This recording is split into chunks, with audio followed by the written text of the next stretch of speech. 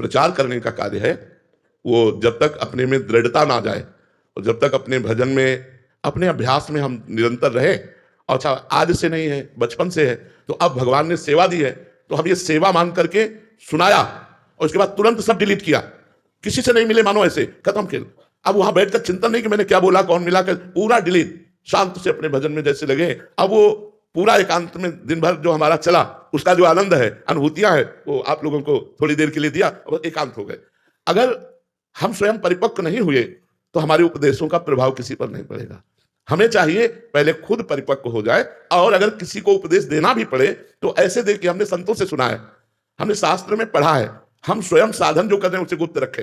यही चूक हो जाती है। मतलब आप तो गुरुजन आचार्य हैं, तो आपके अनुभव तो जो हमारे लिए एक प्रेरणा स्रोत होते हैं, बट जब हम साधक किसी दूसरे को समझाते हैं तो अपने अनुभव साथ जब प्रस्तुत करते हैं तो बाद में खालीपन सा लगता है। हाँ, नहीं चला ही नहीं सकते आप, जो आप नियम लिए हो आपका चल ही नहीं पाएगा, क्योंकि ऐसा सिद्धांत नहीं। जैसे आपको राधा नाम में आनंद आने लगा, आप 4 घंटा जब किए, आपको लगा यार परिवार के सदस्यों को भी दे, क्योंकि आनंद में, या अपने मित्रों को दे, या जो मिले, तो जहां आप ये किए कि हम तो 4 घंटे जपने में कितना आनंद मिलता है, आप 10 मिनट भी जपिए, अब आपका 4 घंटे भजन नहीं होगा। आप देख लेना उसमें विघ्न पड़ जाएगा, अगर होगा भी तो आनंद रहित होगा, आनंद नहीं उत्पन्न हो पाएगा, सुस्तता आ जाएगी।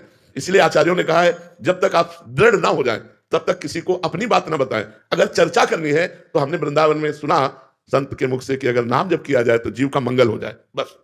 राधे राधे महाराज जी, कई बार ऐसा होता है कि हमारे प्रियजन या मित्र होते हैं, उनके साथ कुछ दुर्घटना घटित होती है तो उनका भगवान से विश्वास उठ जाता है, और ये देख के हमको मन में बहुत दुख होता है कि आप भगवान से दूर नहीं हो सकते, तो उनको हम किसी भी तरीके से प्रेरित करते हैं कि फिर उस वजह से हमें अपना खुद का बताना पड़ता है कि हमारे साथ भगवान ने ये ऐसा करा, ऐसा करा। यही घाटा हो जाता है, यही घाटा हो जाता है। लेकिन महाराज उनका दुख नहीं देखा जाता, ऐसे वो जो रहता है कि देखता भगवान से बस आप मतलब नहीं, अपने जो साधना और अपने ऊपर जो कृपा है, जब तक सिद्धावस्था ना आ जाए तब तक उसे वर्णन नहीं करना चाहिए। मतलब 13-14 वर्ष हो गए प्रवचन शुरू हुए, नहीं तो जीवन में कभी हम 5 मिनट भी नहीं बोले। जीवन में मौन धारण किए हुए जब एक आश्रम में टिके थे तो बोले तुम्हारी आवाज ही नहीं सुनने को मिलती, हर समय मंत्र में, हर समय। अब हम कभी किसी से व्यवहार नहीं किया, आज तक हमारा एक दोस्त नहीं है, आज तक हम किसी से मित्रता नहीं की।